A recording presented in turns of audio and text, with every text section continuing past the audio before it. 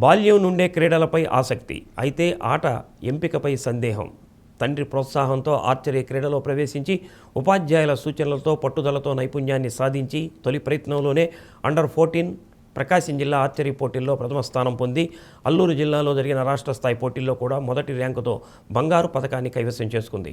ఈ నెల 19 నుంచి 21వ తేదీ వరకు వారణాసిలో నిర్వహిస్తున్న అంతర్జాతీయ స్థాయి ఆర్చరీ పోటీల్లో కూడా తన ప్రతిభా నైపుణ్యాలతో ప్రథమ స్థానం పొంది జాతీయ స్థాయిలో కూడా తన సత్తా చూపాలన్న కఠోర దీక్షతో సిద్ధమవుతున్న 8వ తరగతి బాలిక మేఘవర్ష క్రీడా ప్రస్థానంపై డి న్యూస్ ప్రత్యేక కథనం.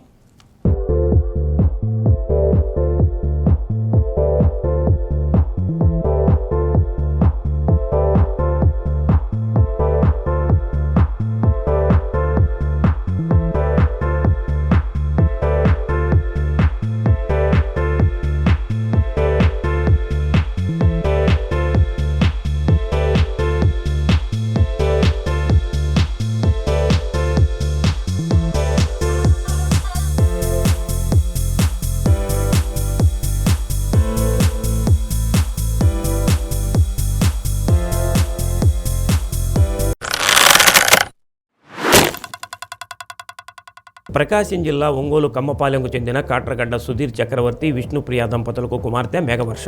తండ్రి ఇంజనీరింగ్ కళాశాల వైస్ ప్రిన్సిపాల్, తల్లి బీసీ వెల్ఫేర్ స్కూల్లో టీచర్గా విధులు నిర్వహిస్తున్నారు.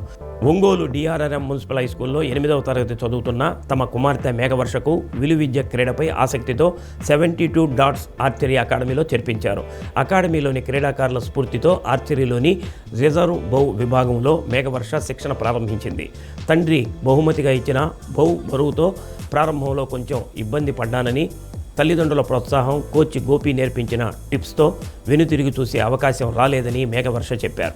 అదే సమయంలో జరిగిన అంతర్జాతీయ పారా ఒలింపిక్స్లో భారత్ తరపున ఆర్చరీ క్రీడలో ప్రాతినిధ్యం వహించిన శీతల్ ఇన్స్పిరేషన్గా నిలిచారని అన్నారు. తనకు తల్లిదండ్రులు, ఉపాధ్యాయుల ప్రోత్సాహం, మెళకువలను నేర్పిస్తున్న కోచ్ ఆశీస్సులతో జాతీయ స్థాయి పోటీలకు సిద్ధమైన ఒంగోలు ముద్దుబిడ్డ మేఘవర్ష కోరిక నెరవేరాలని ఆశిద్దాం. ఆల్ ద బెస్ట్ బంగారు తల్లి. నాకు ఈ ఆర్చరీ మీద ఇంట్రెస్ట్ ఎలా వచ్చిందంటే, మా డాడీ ఇక్కడికి వచ్చి ఇంట్రడ్యూస్ చేసి నన్ను ఒక 2 రోజులు చూపించడం వల్ల నాకు కూడా ఇంట్రెస్ట్ వచ్చింది. నేను పారా ఒలింపిక్ అయిన శీతల్ని చూసి నేను ఇన్స్పిరేషన్ అయ్యి ఇంకా ఆర్చరీ బాగా ఆడాలని అనుకున్నాను. అలాగే ఇక్కడ స్కూల్లో కూడా నన్ను బాగా సపోర్ట్ చేసి హెచ్ఎం గారు కూడా నన్ను త్వరగా, పీడీ గారు అందరూ బాగా సపోర్ట్ చేసి నన్ను ముందుకు నెట్టారు. మా గోపి సార్ కూడా నన్ను బాగా సపోర్ట్ చేసి ట్రైన్ చేసి నేను స్టేట్లో గోల్డ్ మెడల్ తెచ్చుకునేలా చేశారు. ఇంకా నేను బెటర్గా చేయాలనుకుంటున్నాను. హార్డ్గా అనిపించి తర్వాత నేర్చుకుంటూ నేను ఇంకా ముందుకెళ్ళాను. డిస్ట్రిక్ట్ నుంచి స్టేట్కి సెలెక్ట్ అయ్యి స్టేట్లో గోల్డ్ మెడల్ కొట్టాను, ఫస్ట్ ర్యాంక్ వచ్చి. తర్వాత నేను చదువుతో పాటు ఈ గేమ్ ఆడాను. చాలా ఇంట్రెస్టింగ్గా ఉందని. నేను కొంచెం బాగా ప్రాక్టీస్ చేస్తా, నేను చాలా నమ్మకంగా ఉన్నాను కాబట్టి నాకు వచ్చిద్దని అనుకున్నాను, వచ్చింది. చాలా సంతోషంగా ఉంది అండ్ చాలా ఆశ్చర్యంగా కూడా ఉంది. వారణాసి వెళ్తున్నాం. 19th నుంచి 21 దాకా మాకు జరుగుతున్నాయి. అక్కడ కూడా మెడల్ కొడతానని అనుకుంటున్నాను. నేను యాక్చువల్గా స్పోర్ట్స్లో పిల్లల్ని ఎంకరేజ్ చేయాలన్న ఉద్దేశంతో మా ఫిజికల్ డైరెక్టర్ని కన్సల్ట్ అయ్యాను. ఒకసారి కన్సల్ట్ అయితే తను ఏం చెప్పాడంటే, ఇండివిజువల్ గేమ్ అయితే బాగా పెర్ఫామ్ చేయడానికి ఉంటుంది, నేమ్ కూడా బాగా వస్తుందని చెప్పాడు. సో నేను అప్పుడు గోపి 72 డాట్ ఆర్చరీ అకాడమీ గోపిని కన్సల్ట్ అవ్వడం జరిగింది. యాక్చువల్ గోపి కూడా మా స్టూడెంటే. సో కన్సల్ట్ అయిన తర్వాత తను మొత్తం ఎక్స్ప్లెయిన్ చేశాడు. సో ఆర్చరీలో ఎన్ని టైప్స్ ఆఫ్ బౌస్ ఉంటాయి, ఎలా ఉంటుంది మొత్తం ఎక్స్ప్లెయిన్ చేశాడు. సో మా పిల్లలకి నేను ఏం చెప్పాను అంటే, సో ఇనీషియల్గా మీరు వెళ్ళి ట్రైనింగ్ తీసుకోండి, మీకు నచ్చితేనే గేమ్ కంటిన్యూ చేయండి అని చెప్పాను. సార్ నాకు 3వ రోజే వచ్చి, నాన్న ఈ గేమ్ చాలా బాగుంది, మేము కంపల్సరీగా నేర్చుకుంటాం, పెర్ఫామ్ చేస్తామని చెప్పారు. సో ఈ ఇయర్ ఫిబ్రవరిలో నేను జాయిన్ చేశాను. జాయిన్ చేసిన తర్వాత ఇప్పుడు దాకా ఇది 4th టోర్నమెంటు.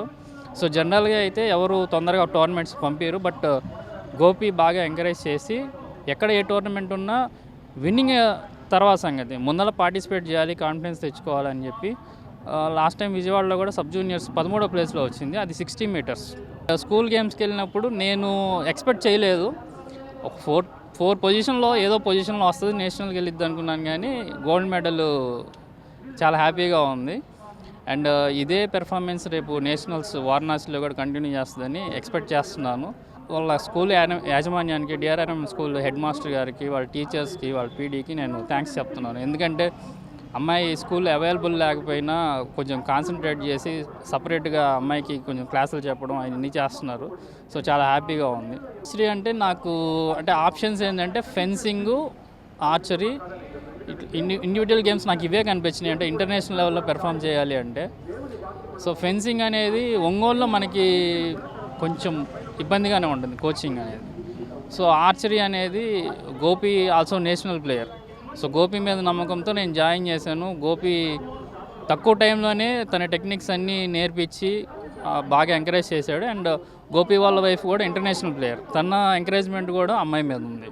నేషనల్ తరఫున కూడా ఎక్స్పెక్ట్ చేస్తున్నాను. నేను ప్యారలల్గా ఇంటర్నేషనల్ లెవెల్లో కూడా ఆడాలి, ఇండియాకి మెడల్స్ తీసుకురావాలని నేను ఆశిస్తున్నాను. పాపని అన్ని రకాలుగా నేను ఎంకరేజ్ చేస్తున్నాను. తన మెయిన్ కాన్సన్ట్రేషన్ అంతా గేమ్ మీద ఉండాలి, మిగతా అంతా పట్టించుకోకుండా ఫైనాన్షియల్ మ్యాటర్ కానీ ఏదైనా నేను టేక్ కేర్ చేసుకుంటాను. నాకు ఇబ్బంది ఏం లేదు. నేను తనకి భరోసా ఇస్తున్నాను, తను ఏం కావాలన్నా తనకి నేను ఇస్తానని చెప్పి. భారత్ తరఫున ప్రాతినిధ్యం ప్రాతినిధ్యం వహించాలి, మెడల్ తీసుకురావాలి.